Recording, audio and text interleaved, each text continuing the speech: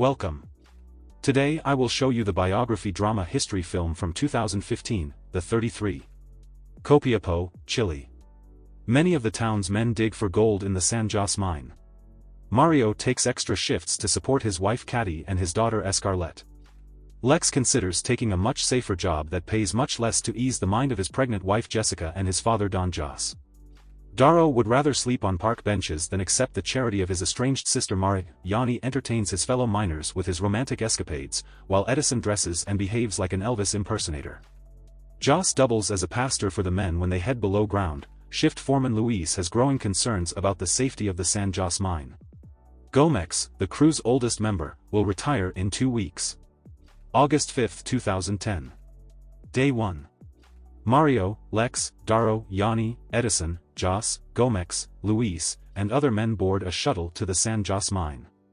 While driving through the desert, they pass Carlos, a Bolivian transplant walking to his first shift at the mine. The bus does not stop to pick him up. Before their shift begins, Luis storms into his boss Castillo's office. While inspecting the stability of the tunnels below ground, he discovered a shard of glass. Luis explains that mirrors were placed between the fissures of the mountain. Some of the mirrors have broken, which means the mountain shifted. Luis, concerned about the safety of his men, thinks the mine should be shut down. Castillo disagrees and sends Luis away. Outside, Edison berates Carlos because he comes from Bolivia, where men dig tin but not gold. Everyone climbs aboard a truck, which drives them into the mine through its only entrance and exit, a narrow tunnel. Carlos quickly becomes claustrophobic. The machine shop. Dig site. 1,700 feet below ground. 90F. The men set to work. Luis continues to inspect the tunnels and finds more shards of glass. Mario shows Carlos how to operate an excavator. Lex asks Darrow if he should take the lower-paying job. Darrow is hungover and doesn't care. Without warning, the ground begins to shake. Giant boulders rain down upon the miners. Everyone runs to the trucks and drive like mad for the refuge, a place built for miners to wait during a cave-in. Tunnels collapse, the trucks careen into giant boulders, and the men are thrown every which way. Above ground, the entrance to the mine gives way in a puff of smoke. All in all, 33 workers have been trapped underground. Above ground, Castillo shuts down the mine site and tries to prevent anyone from leaving. 2 miners manage to drive away before Castillo bars the gates. The men call newscasters to report the collapse. The families of the men trapped underground rush to the gates of the San Jose mine and demand answers. At the presidential palace in Santiago, Minister of Mining Lawrence Goulbourne tells President Pinera that the mining company cannot handle the rescue expedition. Despite being new to his job, Lauren convinces the president to intervene. Underground, the miners gather and assess their options. A staggeringly large boulder blocks them off from the roads leading out of the mine. Luis wants the men to go to the refuge, where there is enough food and water to last 30 men for 3 days. Mario will not give up so easily. He wants to inspect the ladders that extend up the mine's chimneys. If the chimneys have not been blocked, they can all climb out. Lex offers to join him. Luis fails to stop them. Day 2. Below ground, Mario and Lex climb the ladders. They quickly discover that the ladders stop halfway up the chimney. Their employers never bothered to finish them. Luis discovers that the communication radios installed in the refuge were never finished. Darrow attacks Yanni to get access to the food rations. The men discover 18 cans of tuna, a few packets of cookies, and some milk cartons. Mario confronts Luis, who knew the ladders were never finished.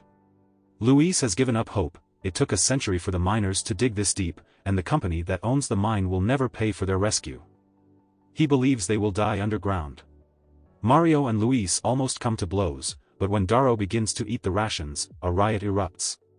Mario calms the other men down and earns their respect. They put him in charge of the rations. Above ground, Lawrence arrives at the mine site. Mari confronts him and will not let him pass until he has sworn he will save the men trapped in the mine. Castillo tells Lawrence he tried to send a team of rescuers down a chimney but that it collapsed. It's too dangerous to attempt another rescue. When Lawrence delivers the news to the miners' families, Mari attacks him for failing them. President Pinera calls upon Andrew Garrett, a well-respected mining engineer. Andrew tells Lawrence that, even if they began digging immediately, it would take about 8 days to reach the trapped men. To complicate matters, the rock bed could cause the drills to veer away from the refuge. Reaching the men will be a challenge, and they don't have any time to spare. Day 3. Below ground, Mario distributes meager rations. The men manage to restore the refuge's lights, which raises their spirits. When they hear the drills and realize they will be rescued, their moods rise. Day 5. The drills have been working non-stop but break frequently because of the incredibly hard rock of the mountain. Andrew becomes impatient with Lawrence when the other man asks him too many questions.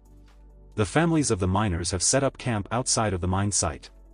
Lawrence, unable to answer whether the trapped men are still alive, feels helpless when he addresses them. He organizes a camp that will provide shelter, food, medical attention, and schooling for the rescuers and the families of the trapped miners.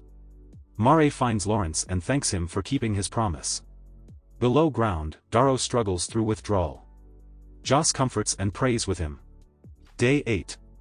Camp Hope is up and running. Caddy and Escarlette cook food, Jessica teaches the children of the miners, Yanni's wife and mistress come to blows over who will be the one to greet him. Day 14. A drill finally reaches the depth of the refuge. Above ground, Lawrence and Andrew and the miners' families wait anxiously for the machinery to break through the rock. Below ground, the men hear the drills approach and rejoice. Their celebration ends abruptly, when they realize the drill has bypassed the refuge. Lex breaks down and runs to a ledge within the cavern. Mario convinces him not to jump by reminding him of his responsibilities as a father. Days pass, and hope dwindles. The miners eat the last of their rations and imagine it is a feast attended by their loved ones. Above ground, Andrew tells Lawrence that the men are probably dead. He's giving up. Lawrence is furious, but after talking with Mare, he has an idea. Based on their past miscalculations, they should direct the drills along the fissures in the rock. When he explains his plan to Andrew, the engineer realizes it's brilliant. Day 17. Mario walks through the refuge and sees how badly the men are doing. Lex is talking to himself. Joss has difficulty breathing. Carlos seems lost in his own mind. To his astonishment, one of the drills breaks through the cavern ceiling. Mario calls the other men, and they bang upon the drill. Above ground, Lawrence hears the noise. The miners attach a note to the drill, which President Panera reads to the miners' families. All 33 men are alive. Everyone rejoices. Even Yanni's wife and mistress embrace. Andrew tells Lawrence that extracting the men still presents a challenge. Nothing like this has been attempted before. Days pass. The rescue team lowers a camera into the refuge, allowing the men to communicate with the world above. Now that they've found the men, they can send them food and more, iPods, magazines, new clothes. The men's health improves, but they grow tired of living in close quarters. Mario quickly becomes the face of the miners, and they resent his rise to fame, especially when Yanni reads in a paper that Super Mario has been offered a book deal. Mario does not respond to his friends' criticisms well and takes credit for keeping them alive. Edison leads a coup and ousts Mario from power. Above ground, the president is furious that the drills keep breaking, delaying the miners' rescue. Below ground, Darrow finds Mario. He confesses he doesn't know what to say to Mare once they're rescued. She abandoned their family, and him, when he was young.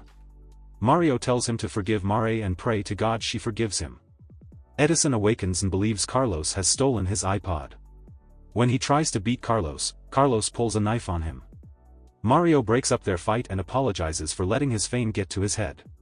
All of the men, including Edison and Carlos, embrace Mario and welcome him back into the fold. Day 58. Luis hears the drills approach and realizes it will hit an iron support beam if it continues on its current path. Hitting the beam will break the drill and delay their rescue again. The miners tell Lawrence and Andrew that they will have to use a controlled explosion to take out the iron beam underground. They're willing to assume that risk. Above ground, the families know the men will be rescued soon.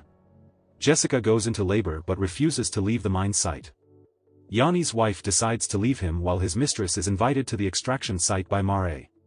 An extraction capsule will carry the miners out one by one. Lawrence and Andrew tells the miners that, due to the mountain's instability, there is not enough time to enforce the shaft that the capsule will travel. If anything happens as the capsule goes down and up, then it might be impossible to get the miners out. The first man will be in the most danger but might also be the only man to get out. October 13, 2010. The extraction capsule reaches the refuge. Lex is chosen to be the first one taken out. He tells his friends he will see them above ground. The extraction goes off without a hitch, and Lex emerges from the capsule to find his father, Jessica, and their newborn daughter waiting for him. The rest of the men emerge one by one. Mario whips the crowd into a frenzy. Edison and Yanni strikes poses. President Panera embraces Lawrence and congratulates him. Daro and Mario hug each other. Luis is the last man to be taken up, and the film ends as he steps into the capsule. The San Jose Mining Company was found not guilty of criminal negligence, and the miners were never compensated. Nonetheless, they remain brothers to this day. Thank you for watching. Subscribe if you would like to see more videos like this.